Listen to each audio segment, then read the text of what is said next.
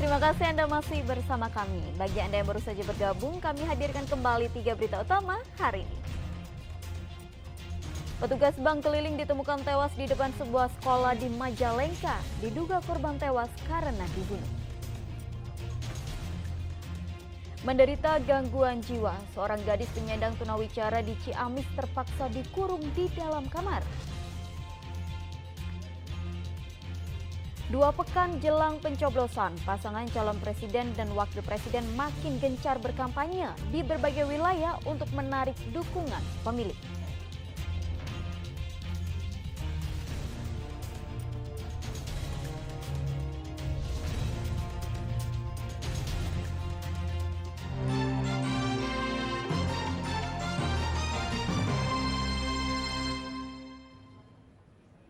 Hujan deras disertai angin kencang menimbulkan bencana di 5 titik lokasi di kota Tasikmalaya. Di wilayah Dadahan, pohon tumbang menimpa pengendara becak. Selain itu, hujan deras juga menyebabkan banjir yang merendam jalan dan permukiman. Musibah mobil. Kota Tasikmalaya diguyur hujan deras yang disertai dengan angin kencang. Hal itu menyebabkan pohon besar di Jalan Dadahan dan Jalan SKP tumbang menimpa becak dan mobil. Akibat peristiwa ini, 1 pengendara becak luka ringan, sedang becaknya rusak parah. Selain itu, pohon tumbang juga menutup jalan sehingga ruas jalan tidak bisa dilalui kendaraan. Kami menyampaikan keprihatinan ada korban pengemudi becak yang tertimpa dan becaknya nampak rusak berat. Yang kedua juga pengemudinya terluka ringan, namun itu bisa kita tangani dan sore ini akan kami antarkan ke rumahnya di Panjau, di Jalan Cihurduti. Wilayah Dadahan dinilai membutuhkan perhatian khusus oleh pemerintah kota karena rawan akan pohon tumbang. Nampaknya wilayah Dadahan ini perlu perhatian khusus dari potensi pohon tumbang yang sudah kita petakan bahwa akan terjadi hal-hal seperti ini, dan nampaknya sinergitas dan kolaborasi perlu dilakukan oleh semua pihak di Pemkot Tasikmalaya ini. Selain itu, hujan deras juga menyebabkan beberapa wilayah terendam banjir. Sepeda motor yang tengah terparkir di tepi jalan terendam banjir. Namun air cepat surut seiring meredanya intensitas hujan. Angin kencang juga membuat tenda milik pedagang porak-poranda. Eko Setiabudi melaporkan dari kota Tasikmalaya. Mayat seorang pria ditemukan tergeletak di depan sebuah sekolah dasar negeri di Kecamatan Cigasong, Majalengka Minggu pagi. Diduga kuat mayat ini merupakan korban pembunuhan karena ditemukan luka sayatan senjata tajam pada sekujur tubuh korban. Warga Kelurahan Simprem di Kecamatan Cigasong, Majalengka tidak menduga kasus dugaan pembunuhan terjadi di wilayah mereka. Warga menemukan jasad pria di depan sekolah dasar negeri Simprem 2 Minggu pagi. Polisi menemukan jenazah masih berlumuran darah pada bagian wajah sehingga diduga baru saja dihabisi pelaku. Korban juga masih mengenakan helm. Fakta lain, polisi menemukan botol plastik air mineral berbau alkohol. Korban teridentifikasi bernama Francisco, berusia 30 tahun asal Kecamatan Kadipaten Majalengka. Sehari-hari korban berprofesi sebagai petugas bank keliling. Selain dari identitas, korban juga dikenali pihak keluarga yang mendatangi lokasi. Polisi menduga kuat Francisco tewas karena dibunuh lantaran ada luka sayatan senjata tajam pada bagian wajah dan tangan. Pemeriksaan sementara memang ditemukan luka sayatan di bagian tangan dan di bagian wajah. Untuk penyebabnya lagi kita dalami, untuk pelakunya juga lagi kita dalami. Mudah-mudahan dalam waktu cepat kita dapat mengungkap pelakunya. Kaitan dengan korban sendiri itu memang dari mana atau sudah diketahui identitas? Kalau identitas sudah diketahui, inisial FN, warga Kadipaten, pihak keluarga juga sudah mengetahui. Pekerjaannya apa? Sementara informasi peminjaman uang. Belum diketahui motifnya? Motifnya belum tahu, ini lagi kita dapat. Namun untuk memastikan penyebab korban tewas, jenazah dikirim ke Rumah Sakit Umum Daerah Majalengka untuk diautopsi. Agun Gunawan melaporkan dari Majalengka.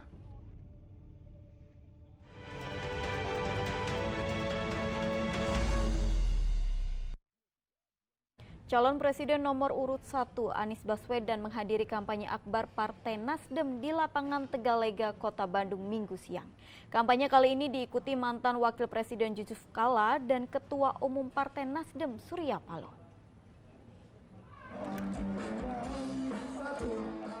Ribuan massa pendukung dan simpatisan menghadiri kampanye akbar Partai Nasdem di lapangan Tegalega, Kota Bandung Minggu siang. Masa makin bersemangat dengan kehadiran calon presiden nomor urut 1 Anies Baswedan. Kampanye kali ini ditemani Ketua Umum Partai Nasdem Surya Paloh dan mantan Wakil Presiden Yusuf Kala. Surya Paloh dalam orasinya membakar semangat para simpatisan dan pendukung agar Partai Nasdem bisa merebut hati warga Jawa Barat. Tanpa saudara, Nasdem tidak berarti apa-apa, khususnya di Jawa Barat ini. Tapi bersama lebih hebat membawa misi perjuangan kita. Capres Anies Baswedan dalam orasinya berjanji akan menghadirkan keadilan dan kesetaraan bagi seluruh rakyat jika nanti terpilih. Ia juga menjanjikan harga sembako yang murah dan lapangan kerja yang luas. Kita ingin kebutuhan pokok yang harganya terjangkau. Kita ingin lapangan pekerjaan yang tersedia bagi anak-anak muda. Kita ingin petani bisa menabung. Untuk itulah kita akan memanfaatkan 14 Februari sebagai Hari Perubahan Indonesia. Kita ingin kebutuhan pokok yang harganya terjangkau. Kita ingin lapangan pekerjaan yang tersedia bagi anak-anak muda. Kita ingin petani bisa menabung. Untuk itulah kita akan memanfaatkan 14 Februari sebagai Hari Perubahan Indonesia. Pasangan Anies Cak Imin diusung Partai Nasdem, PKB, dan PKS. Muhammad Rizal melaporkan dari Kota Bandung. Sementara itu, pasangan calon presiden dan wakil presiden Prabowo Subianto dan Gibran Rakabuming Raka melanjutkan kampanye politiknya di Semarang. Tim kampanye nasional optimis Jawa Tengah akan menjadi lumbung suara kemenangan Prabowo dan Gibran. Kawasan Taman Indonesia dan Simpang 5 Kota Semarang dipenuhi pendukung Capres dan Cawapres nomor urut 2 Prabowo Subianto Gibran Rakabuming Raka. Dalam kirap kebangsaan, jalan ini dipenuhi reok Ponorogo, barongsai, kostum adat serta kaum milenial. Di sepanjang jalan, Prabowo dan Gibran membagikan kaos kepada ratusan ribu massa yang menyambut kedatangannya. Tim kampanye nasional yakin jumlah massa dalam kampanye akbar bisa menjadi kekuatan Prabowo Gibran menang satu putaran. Mereka optimis Jawa Tengah akan menjadi lumbung suara kemenangan Prabowo Gibran. Kalau kita lihat yang hadir ini dari di jalan sampai tadi di lapangan kurang lebih hampir mencapai 200.000 orang. Ini suatu angka yang luar biasa dan seperti yang disampaikan oleh Pak Prabowo tadi dan Mas Gibran, dukungan kepada Pak Prabowo terutama di Jawa Tengah ini terus meningkat sesuai harapan kita bisa menjadi mendapatkan suara yang paling banyak di Jawa Tengah. Kampanye akbar pawai kebangsaan yang digelar di Kota Semarang menjadi kampanye perdana di Jawa Tengah yang dihadiri langsung oleh Prabowo dan Gibran. Ali Mustakfirin melaporkan dari Kota Semarang. Calon Wakil Presiden nomor urut 3 Mahfud MD berkampanye di Pekanbaru, Riau Senin siang. Mahfud bertemu dengan sejumlah tokoh agama, tokoh adat, dan tokoh masyarakat. Dalam kesempatan itu, Mahfud meluruskan ucapannya yang salah dipersepsikan orang terkait ibu yang melahirkan anak tidak berakhlak.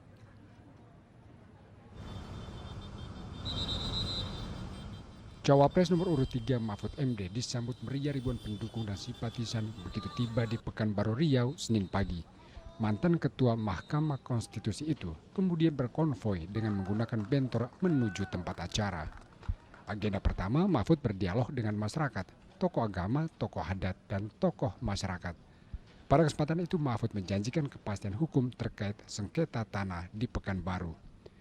Kampanye kali ini juga dimanfaatkan Mahfud untuk meluruskan konteks ucapannya yang salah diartikan orang terkait ibu melahirkan anak tak berakhlak. Maksud menjelaskan konteksnya negara berdosa jika tidak memberikan perlindungan kepada para ibu dari segi ketenaga kerjaan dan pendidikan. Perlindungan itu agar para ibu nantinya bisa mendidik anak-anak menjadi anak-anak yang baik dan berakhlak. Ya dosa kita kalau membiarkan ibu itu melahirkan anak tidak berakhlak. Kita yang dosa, bukan ibunya yang dosa. Oleh sebab itu saya katakan ibu-ibu itu harus diberi pekerjaan yang layak. Jangan sampai kerja pagi sampai sore, upahnya tidak layak, tidak dilindungi oleh negara. Sehingga anaknya sesudah dilahirkan dibiarkan, tidak dididik.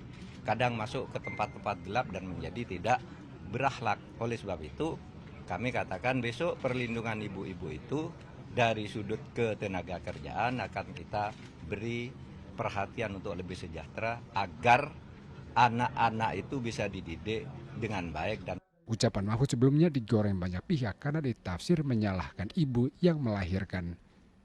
Adityo Eko Utomo melaporkan dari Pekanbaru, Riau. Puluhan petugas lapas kelas 2A Karawang dilantik menjadi petugas kelompok penyelenggara pemungutan suara atau KPPS.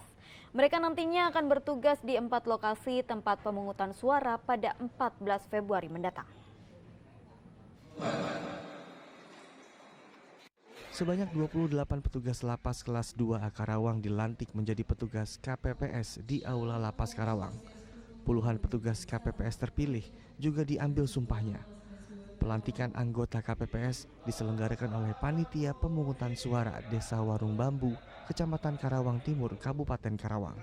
28 petugas KPPS terpilih akan ditempatkan di 4 lokasi TPS dengan masing-masing TPS berjumlah 7 orang. Dan untuk di Lapas 2A Karawang sendiri ini karena kita ada 4 TPS di lokasi khusus di Lapas 2A Karawang, ini kebutuhannya ada 28 orang untuk petugas KPPS. Untuk petugasnya kan kebutuhannya 7 orang per TPS. Jadi itu nanti diatur langsung oleh pihak lapas, oleh Pak Kalapas untuk pembagian tugasnya di 4 TPS khusus ini. Petugas lapas sengaja diikutsertakan dalam panitia pemilu agar tidak banyak orang yang keluar masuk di area Lapas Karawang.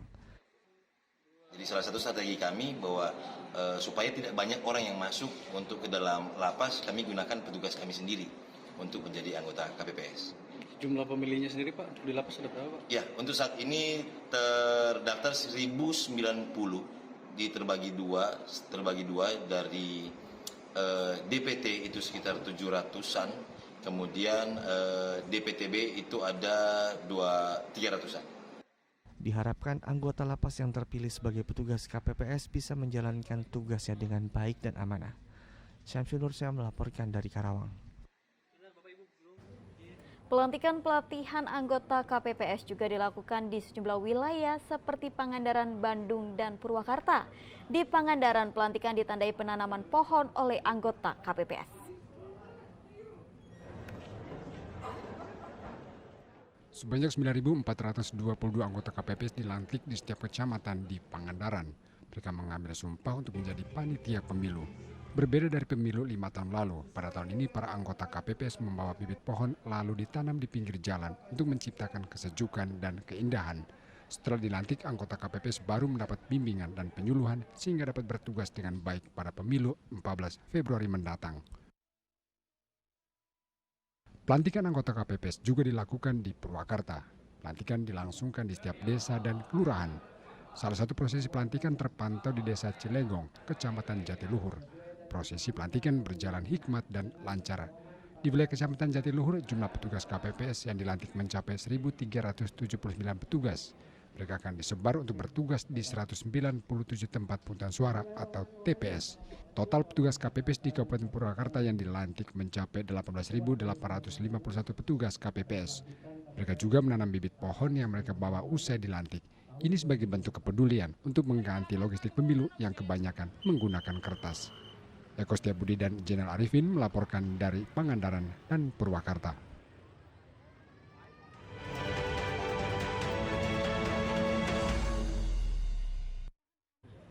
Informasi tadi mengakhiri jumpa kita hari ini. Atas nama rekan yang bertugas, saya Tabita Putri mengucapkan terima kasih atas kebersamaan Anda. Selamat beraktivitas dan sampai jumpa.